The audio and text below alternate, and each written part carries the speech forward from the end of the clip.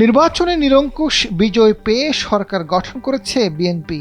দলটির চেয়ারম্যান তারেক রহমানের নেতৃত্বে গঠিত মন্ত্রী পরিষদে নবীন প্রবীণ অনেক নেতা স্থান পেয়েছেন, অথচ ফ্যাসিবাদ বিরোধী আন্দোলনে নির্যাতিত অনেক নেতা মূল্যায়িত হননি। ফলে বিএনপিতে আনন্দের বন্যা বয়ে যাওয়ার পাশাপাশি উপেক্ষিত ত্যাগী নেতাদের পরিবার ও অনুসারীদের মধ্যে হতাশা বিরাজ করছে।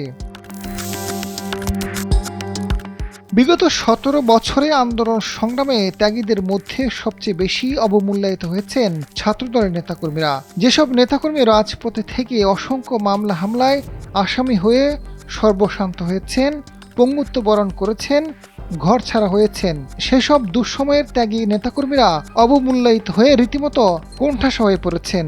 নারী নেতৃত্বের অনেকে সংরক্ষিত আসনে সংসদ সদস্য হতে পারেন, তবে সাবেক ছাত্র নেতারা অবমূল্যায়িতই থেকে যেতে পারেন। অনেক ত্যাগী নেতার অনুসারীরা সামাজিক যোগাযোগ মাধ্যমে ক্ষোভ প্রকাশ করছেন। অনুসারীরা ফেসবুকে ক্ষোভ ও হতাশা প্রকাশ করায় বিব্রত অনেক ত্যাগী নেতা। সংসদ সদস্য নির্বাচিত হলেও দলের স্থায়ী কমিটির সদস্য ডক্টর খন্দকার মোশাররফ হোসেন, ডক্টর মঈন খান, গয়েশ্বরচন্দ্র রায়, ডাকসুর সাবেক ভিপি আমানুল্লাহ আমান ও জিএস খায়রুল কবির খোকন মন্ত্রী পরিষদে স্থান পাননি।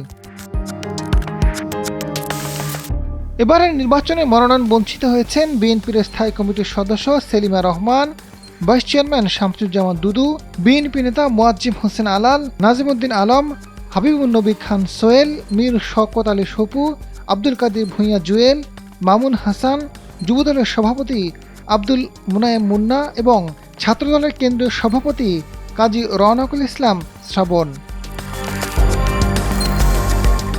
এছাড়া স্বনির্ভর বিষয়ক সম্পাদক শিরিন সুলতানা, বিএনপি নেত্রী নিপুণ রায় চৌধুরী, আফরোজা আব্বাস, নীলুফা ইয়াসমিন নীলু, হেলেন জেরিন খান ও সেলিমা সুলতানা নিশিতা, প্রয়াত নাসির উদ্দিন পিন্টুর স্ত্রী নাসিমা আক্তার কল্পনা এবং মরহুম শফিউল বারী বাবুর সহধর্মিণী বিথিকা বিনতে হোসাইন মূল্যায়িত হননি। রাজনৈতিক বিশ্লেষকরা বলছেন, বিএনপি সরকার গঠন করায় খুশি হলেও হতাশা রয়েছে বঞ্চিতদের মধ্যে। তবে বিষয়টি অকপটে স্বীকার করতেও পারছেন না নির্যাতিত অনেক নেতা।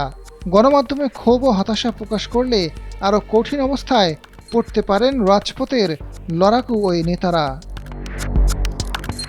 আজাদ ফারুক, সময়ের আলো।